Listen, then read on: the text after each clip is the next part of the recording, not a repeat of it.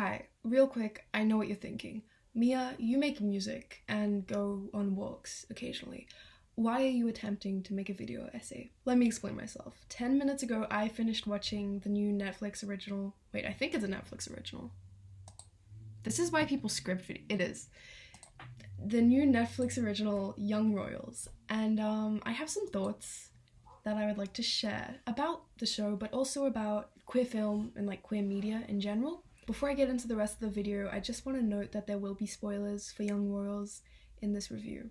It's not even a review, in this video, I guess. And there will also be spoilers, perhaps, for these films or things that are on the screen right now. Because I haven't really finished scripting this. I haven't even scripted it, I just have dot points. This is a rant. I just want to note once again that this will not be a review. This is more of a personal response to the show and just my thoughts and feelings on it and the things it got me thinking about.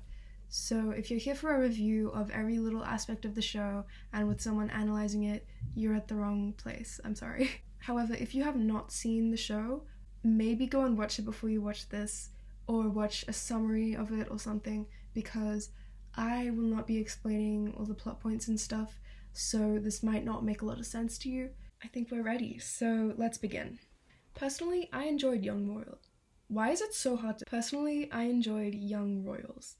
Now, I feel unfit to call this a critique of Young Royals because what do I know? I am a teenager. I'm in high school. What do I know about film? The answer is nothing. I just watch them because I like them. But I do want to talk about the things I liked about the show before I start talking about my dislikes about it. So I enjoyed the fact that it was about a queer relationship. I mean, we don't get that too often. I also loved the character of Sarah. I really liked how she had ADHD and autism. Often I see characters with one of those two disorders in films and they are heavily stereotyped, and it is heartbreaking to see. There are a few things that I just want to add on the character of Sarah, one of which being that ASD and ADHD are comorbid, so what that means is if you already have one of them, you're more likely to have the other as well. There are a lot of people in real life who have both ADHD and ASD, so it was really cool to see that represented on screen, in my opinion. Another thing is that ADHD tends to go undiagnosed a lot in girls or people assigned female at birth, so once again, just her being a girl and having ADHD was really cool to me. Additionally, I can't speak on the autism side of things because I don't have that, but I do really like how she was portrayed with her ADHD. I wouldn't have minded seeing more of her struggles because of it, but at the same time, I really appreciate that they didn't center her character around her disorder, or disorders for that matter. And also, the actress who plays her does have autism, which is really good to see. We need to get more autistic actors playing autistic roles, because when you get a neurotypical actor to play that role, that is sending the wrong message. It does not sit right with me. Like, autism isn't a thing that you can just like put on, you know? I also like the languages. I loved that it was in Swedish. Personally, that's just extra interesting to me because A, I love linguistics, and B, I know a bit of Danish, very little though, but I grew up hearing it a lot around my family. And hearing those little similar phrases like tak and nai and dai, yes, g'day, I don't know, that sounded similar, and like goyul, all those made me really happy. And I also loved the inclusion of English and Spanish in some cases. You know, we had Spanish when Simon was talking with his family, especially his mom. She spoke a lot of Spanish. I know Spanish, some of it. And so that made me happy. And also there were some English phrases thrown in there, whether they were like loan words put into Swedish or characters that would speak in English to one another. So those were the main positives in the show that stood out to me and the main factors that I really enjoyed. So now let's move on to the ones that I didn't enjoy so much. Now, I don't have a lot of critiques for this show. I just have one big one, and that's what sparked this whole video.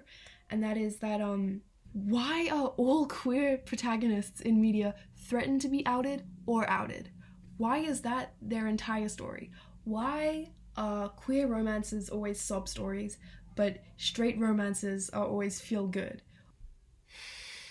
Here is a quick definition of the act of outing somebody, since I forgot to include that.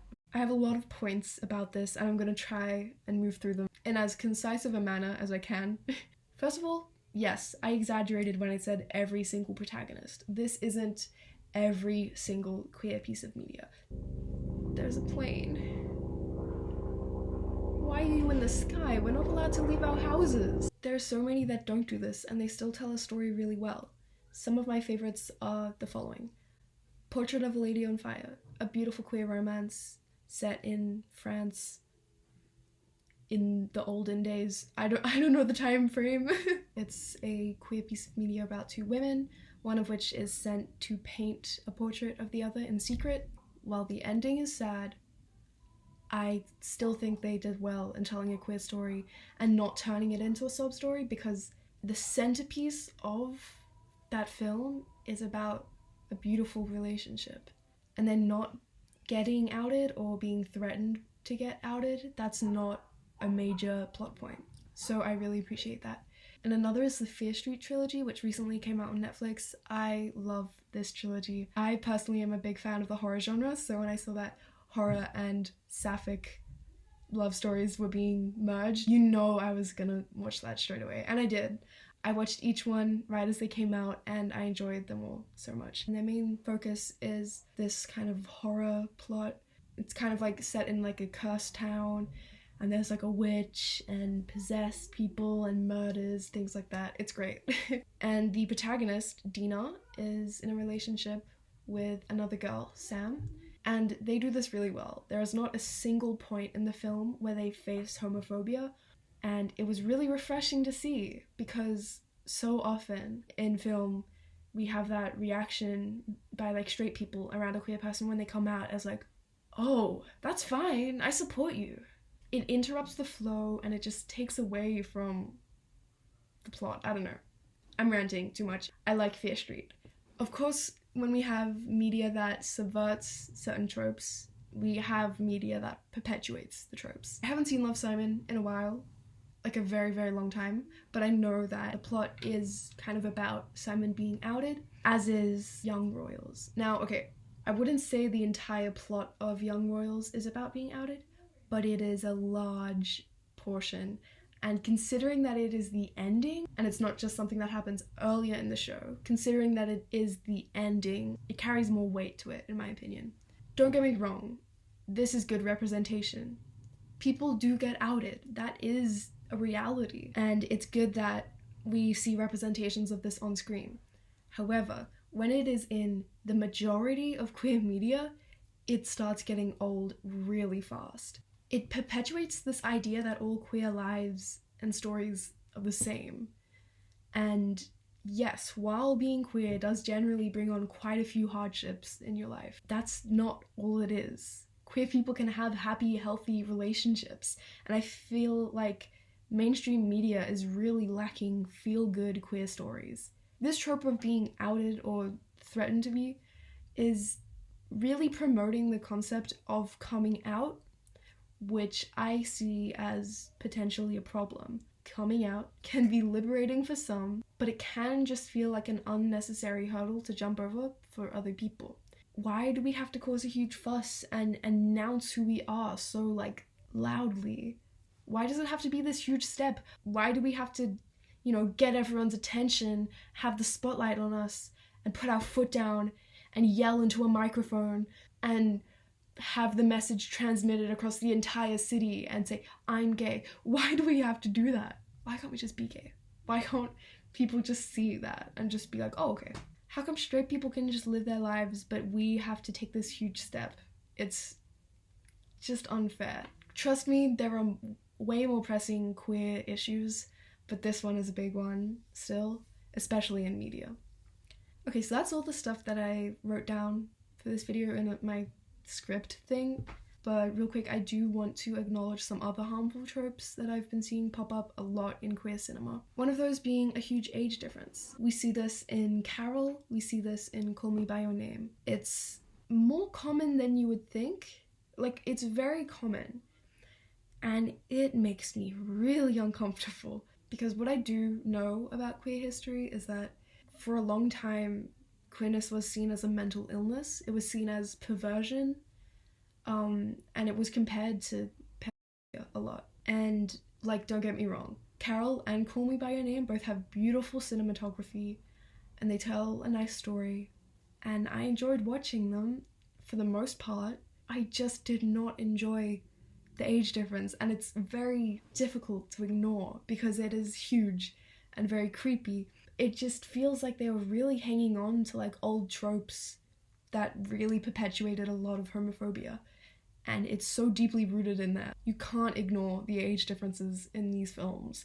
It is unsettling, and I really don't want films with tropes like that to be the ones that my relatives go and see when they find out I'm gay and they want to learn more about my lifestyle. I don't want them to see that and think that's what this is, because it's not, and that is so harmful.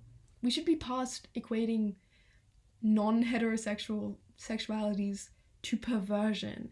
We should be past doing things like this. That's terrible. Please don't do that. Okay, got that out of my system. Another trope that I've seen is gay best friend. We all know it. It's in books, it's in movies, it's in shows, it's in musicals, I think. Don't quote me on that, but I'm sure it's in musicals somewhere, I think. It's in other things. It's everywhere. And yes, once again, while I do have to acknowledge there are people in life who have gay best friends, that is not what this is about. The gay best friend is a trope that we see so often in heterosexual-based media, where in my eyes, I can see like the writers throwing this into the plot of whatever they're writing and being like, oh my god, yeah, we need to appeal to all those woke people. Yeah, we're like so politically correct. Put a gay person in there. But like, don't make it the main person, because that would be gay. I don't want that. You can really tell when a queer character has been added into a piece of media just kind of as an afterthought, because they do not have any personality. They do not have any individuality. They are just gay. And all they're there to do is give the protagonist fashion advice or help the protagonist get what they want. And yeah, I'm not a fan of it. Not a fan of it at all. Sometimes it's not necessarily a gay best friend, but it's more just a side character whose only personality trait is being gay. Is this really a queer piece of media, or is this a straight story with some diversity sprinkled in? Much to think about. It's those two-dimensional queer side characters that are like so prevalent in media that really perpetuate that whole stereotype where straight people just believe that queer people are like shoving it down their throat the second they speak about it, and that they don't have any personality traits other than being gay. Once again, it is harmful, it makes me uncomfy, and it's bad. Stop doing it, please. Of course, whenever we have a gay best friend, it is not always bad.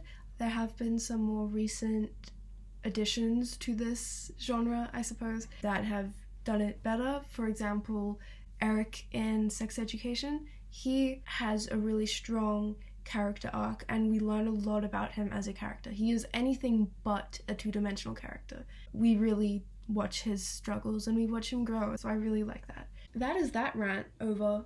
One last queer trope that I absolutely despise is when two heterosexual women, they're not even always heterosexual, which is like, you would think that if you made the characters queer, you would give them meaningful relationships.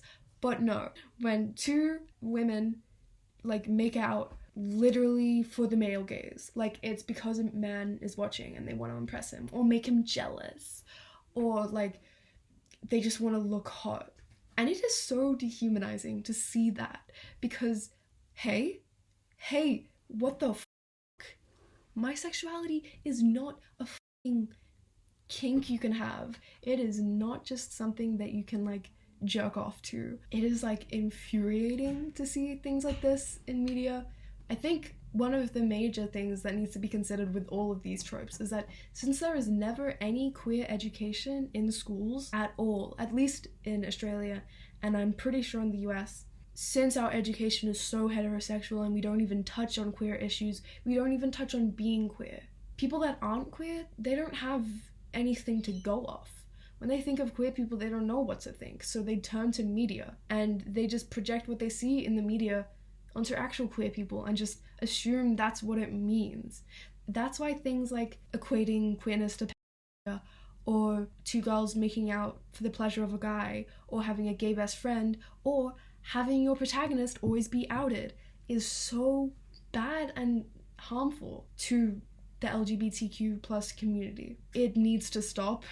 Please, can we just have some original queer cinema? Because when you stick to tropes and stereotypes like this, there's so little room to have an original story and to have an engaging story told. Like, nobody's gonna be engaged with the film you're making if it's literally just cliche, cliche, cliche, cliche. It's gonna be boring as shit. If you wanna make interesting films, make them about real people and real issues, and stop leaning on shitty stereotypes. I think we really need to see more queer media made by queer people, because more often than not, when that is the case, these pieces of media aren't entrenched in stereotypes and homophobia and harmful tropes. And they're actually interesting. That's what we need more of. I think I'm gonna stop this here. I've been ranting about this for 40 minutes. Thank you so much for watching this. I have no idea how this is gonna turn out. So if you're watching it right now and it's up on YouTube, that is a good sign. That means I did this right. This was originally gonna be just a rant about young royals and like queer protagonists always being outed, but I ended up kind of extending it to just queer media in general because I had a lot bottled up in there that I needed to get out. I don't care whether you're like critiquing me or not. I want to learn more about this, and I want to learn more about how other people see it, whether they're queer or not. So please let me know in the comments, and let me know if you enjoyed this video. I never anticipated I would do anything like this. I mean, I've wanted to do a video essay for a really long time, but I never thought I could because I'm so bad at speaking and also thinking. But here I am saying a coherent sentence. There we go. Irony. Okay. Stream, meet me at our spot on SoundCloud. That's blowing up. Thank you for that. Oh my god. And stream my EP, please. White Star Jasmine by Mia Leo. If you want to see more of me, feel free to subscribe. I'll leave some links to my socials and stuff in the description. And yeah, I hope to see you around. Bye.